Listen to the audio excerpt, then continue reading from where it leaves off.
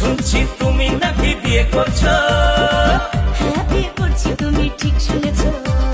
ছেলে নাকি বড্ড কালো, নাম যে তার কালুয়া। কাজু বাদাম দিলে ভালো লাগে হালুয়া, আর সরকারি চাকরি থাকলে যতই হোক না কালুয়া। কাজু বাদাম দিলে ভালো লাগে হালুয়া, আর সরকারি চাকরি থাকলে যতই হোক না কালুয়া।